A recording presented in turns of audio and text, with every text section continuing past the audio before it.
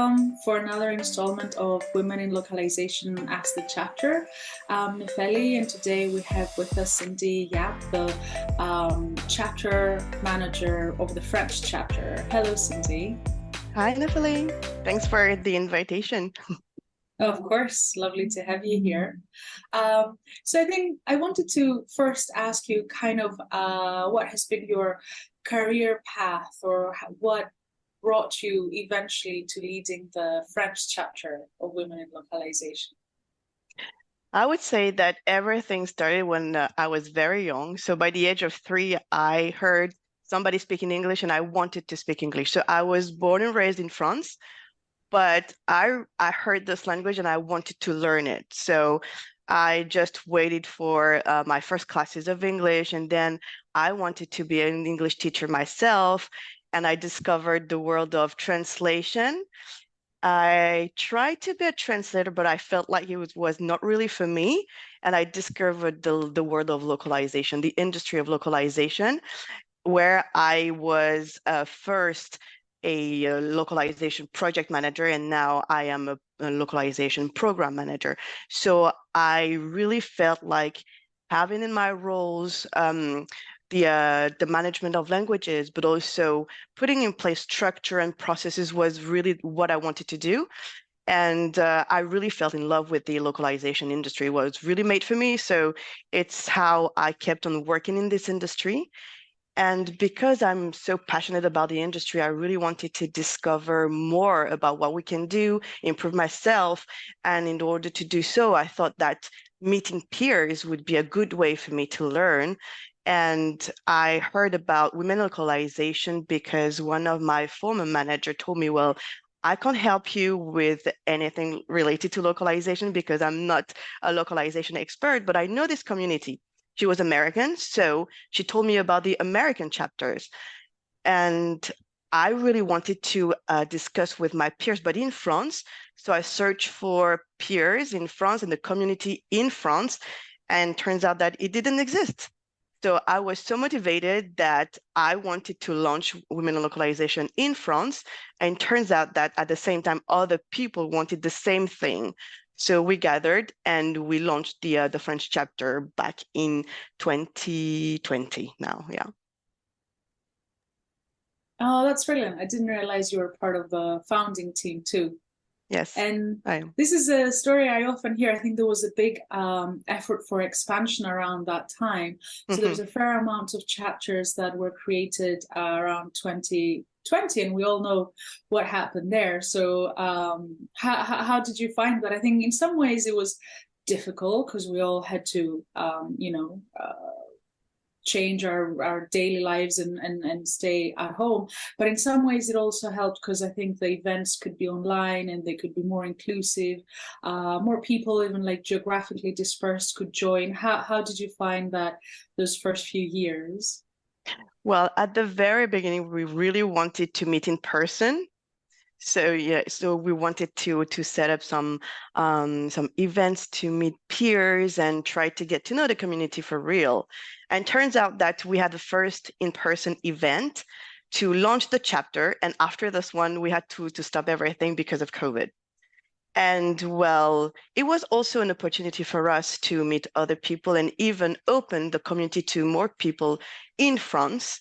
So we had to learn a lot of different tools. And in any case, when you start with the Women in Localization, you learn a lot of things because I'm not a marketing manager, for example, so I never organized events, or I never used any type of tools to organize events or to follow up the subscriptions and so on, the registrations.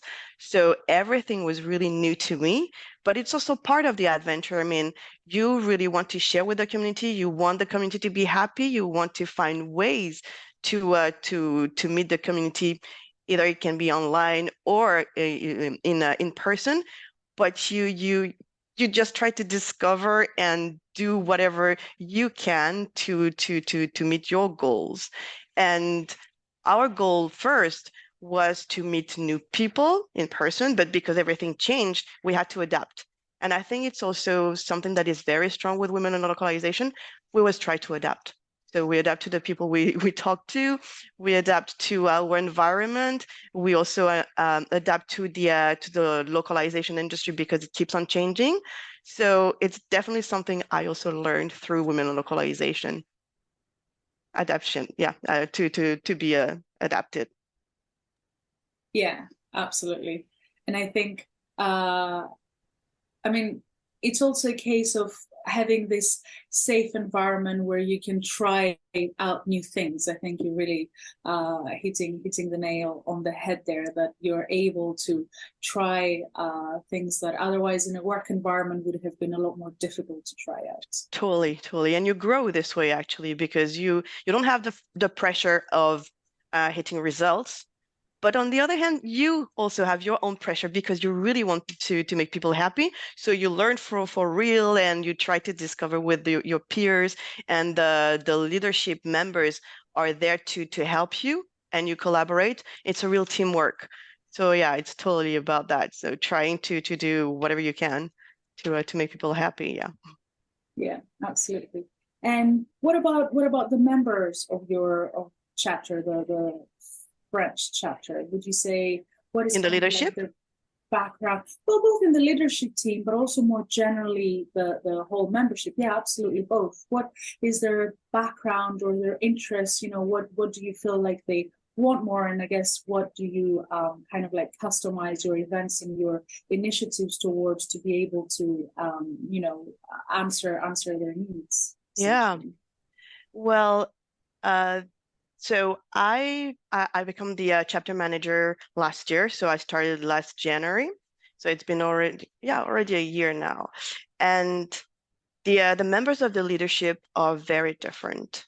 So you have UX writers and translators, you have project managers or program managers, you have somebody working in an agency and she owns the agency. So we really have different profiles, but I think it's something that makes us very strong because we see different aspects of the industry. And it's really something that we want to share with the community. And we know our community. In our community in France, we have a lot of freelancers. So we know that they're afraid of the new technologies.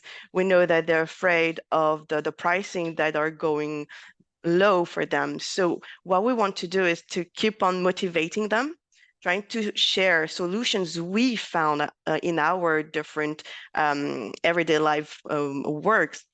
And we try to organize webinars, sometimes if it's online, around the new technologies. How do you handle these new technologies that are so present around you? Don't be afraid of them. We also try to talk about things that are very impactful in their everyday life. So for example, we're going to organize a webinar around the negotiation of prices. How do you feel like when you meet a new customer, how do you need to present yourself in order not to feel like your prices are going to be too low? So these are the types of topics we really want to develop because we know our community and we want to help them. And also because we know that freelancers most of the time are alone. I mean, it's a very, yeah, it's not easy to meet other people. We know that they're really keen on meeting people and trying to network when they can.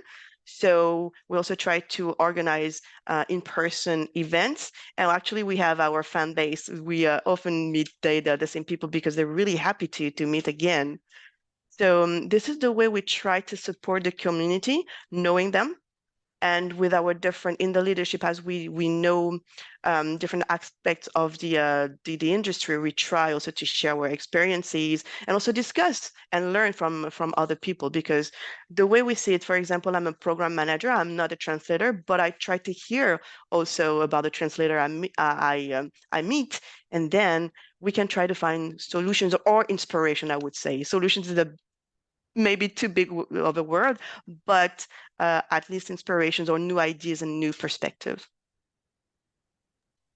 Yeah, for sure. I think this is another very important function, because indeed you have people that, I come from industry too, and it's very often that we say, oh, how can we possibly link industry with academia and, Hmm. keep it near to the ground? But this is a pretty organic way that this is happening, because you just end up discussing with someone that comes from a very different area of localization than you do, and you can have a pretty relaxed and fruitful conversation that way. It's one of the easiest ways of bringing people together that traditionally would be, like, oh, I'm buyer side and I'm client side, I belong to a language service provider, and these roles don't meet so often Hmm. in other settings. Yes, Yeah. totally. Absolutely. um, and what about, I know that recently there was the celebration for the 15 years of women in localization globally.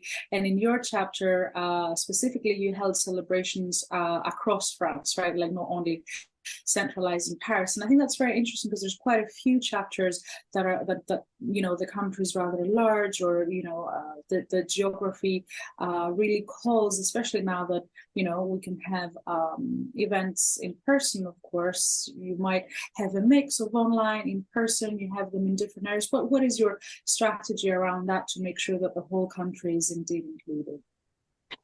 Well, we were lucky this year because in the leadership, we have people coming from different parts of France. Contrary to the first leadership, it was harder because we were all living in Paris or in the suburbs of Paris. So it was difficult for us to organize events outside of our area.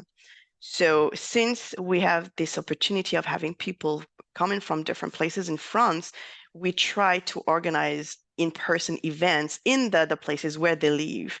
And also because the community in France has existed now for a few years, there are people who know the community even outside of Paris and the suburbs of Paris. So it was also easier to organize these multi-city event last year to celebrate the 15th anniversary of women localization. And it was really important to us because um, localization is not about Paris or the suburbs of Paris in France. We have a lot of freelancers that just live anywhere in France. And we also have project managers who live anywhere in France. So even though it was not easy at the very beginning to do that, when we had the opportunity, we just wanted to do it because we want to connect with as many people as possible. And also due to the structure of France, I mean, it's you have a lot of people in Paris and in the suburbs. It's not, it's a bit different from other countries where you have very big cities and organizations that can be more or less the same. In France, it's very centralized, but we wanted to have a way to decentralize it. And it turns out that well, actually, we have places where there are a lot of translators outside of Paris. So Lyons, for example, is a big city where you have translators and a very solid activity in translation, or Rennes also in Brittany. So you have a lot of places and you don't think about them right away, but it was important for us to try to improve this point and meet people from other places in France. Not everyone can travel for an event, so it's important to hold them more locally. This is what we're Yes, trying to do that's right too. Mhm. now too. Um, do you have any other things that you're thinking either did them really well in your chapter from the beginning, or through trial and error and failures and mistakes, you've figured out how to do them better? Do you have this kind of tips and tricks, let's say, or something that comes to mind about other chapters? I would say that at the beginning, we didn't really know when to have webinars. So we started to have webinars after the work office hours. So it was a bit late and we were all tired. And we noticed at the very beginning, so it was almost four years ago, that there were not too many people attending because are all tired of screens, and after the our workday, we want just to have we want to disconnect. we want to change our minds and maybe not talking about localization and talking about other things, or because we have private stuff to do, just like our kids or just going out with our partners. So we don't want to stay in front of our computers. So we try to find another time to have webinars, and turns out that lunchtime worked pretty well for us. So as you said before, trying and fixing, if possible, helped us a lot to better even know our community and when they would attend. And we also try to make some surveys to know about the behavior and how we can better serve the community. And about the very successful event we had, I can mention the mentorship one. So for years we've tried to organize one, but we didn't have the right speakers, or we didn't have the right place to do it, or we didn't have the right ideas. And finally this year we were able to do it. We're very lucky because we had a lot of speakers, and the idea was to also let people know about roles they don't know. And students, for example, they just hear about localization project management, or they hear about translation and being a freelancer, but they don't know about UX writing, for example, which is now a new role. They don't know about technical writing either. So there are roles that they also can have, and they don't know because they never heard about. And it was also something we wanted to share through the community. And thanks to your background, you can do other things than localization, purely translation or localization. So it was really important for us to have this type of event to show how powerful we can be with our backgrounds. And yes, this event was very, very successful. And this year we're going to do another one about mentorship and discovery of new roles. Yes, that's brilliant. And I'm sure, other chapter managers or members of leadership teams can maybe come to you for advice, because I imagine you're talking about kind of speed mentoring, Yes. face-to-face events, which is really, I think, a perfect complement, because there is a mentorship program that is centralized in women localization, a global one. But then when it comes to each and every country, of course, you have kind of maybe other realities or other ways that things are being done. And I think it's very important to also keep it local, in the local language. And yeah, these face-to-face mentoring events, I think, are a perfect complement for the global program. Exactly. Yeah, Fantastic. it's what we did. Well, yeah, that's right. There was this kind of speed dating, but we also wanted to show the different roles because they're not that popular in France. So it was really important to us to do something like this. Yeah. And then I think we've spoken a little bit about how, it's important to be mindful of integrating or including everyone in a specific chapter or a specific country. On the flip side, do you ever work with other chapters? Do you have some kind of like international collaborations maybe, or is that something that you're thinking about? Well, we haven't had any collaboration yet, but a couple of years ago, Domi, who was back in time, she was the chapter manager for Germany. She was in France, so we had the chance to meet and have lunch together. And I was back then the social media manager for the French chapter. So we discussed about the collaboration, and she had this very good idea of trying to have an event together. But unfortunately, we didn't have the opportunity to. But it's definitely something that we should have and try to put in place. Yeah. Okay, fantastic. I mean, we're really at the beginning of 2024. So, what are you excited about? What do you have planned for women localization in terms of events and initiatives? And what do you think, or what do you hope this year is going to bring? So, well, we are very lucky because we already have a few sponsors. So places where we can host our events or some funds, and we can think about a few events already. And actually, as I mentioned earlier, we're going to have this webinar to talk about negotiating the negotiation about your pricing. So it's something that we're working on right now for the first quarter of the year. And then we're thinking about two events around UX writing, because it's very new, but it's something that could be very useful to the community. and we would like to do another mentorship event. So actually, I think that 2024 is already planned. And yeah, we're very lucky about that. There was so much enthusiasm around what we did last year that people just asked for similar events this year. So it's easy for us to more or less to select what we're going to talk about. Anything else that you'd like to discuss that maybe has escaped me? Um, Maybe again insisting on the fact that we're very powerful together. I mean, it's really why I love our community, exchanging with peers, learning from each other, and also the support we can have from the community is very strong. For example, I remember like a few years ago, I was a bit lost. I didn't really know what to do anymore with in my career. I felt like I was a bit blocked, and I discussed with one of the leadership member, and she gave me some advice. And seeing other profiles and other career path is very inspiring.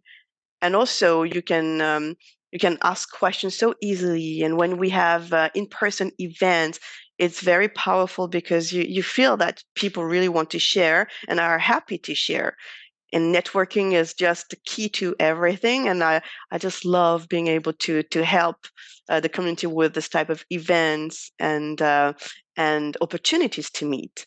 So I would say that being part of a community, either women localization or any type of community, is very powerful because we are all human beings, and we want to be connected together through maybe a common topic. And being part of this adventure is great for anyone who is a member or part of the leadership, because you learn so much about yourself and other people in your industry or whatever, but still very important to to grow the connections. Yes, absolutely. Getting exposure and getting connected to people Mhm. is what it's all about. Fantastic. Well, thank you very much for your time today, Cindy. And yeah, hope to see you here again soon. Thank you.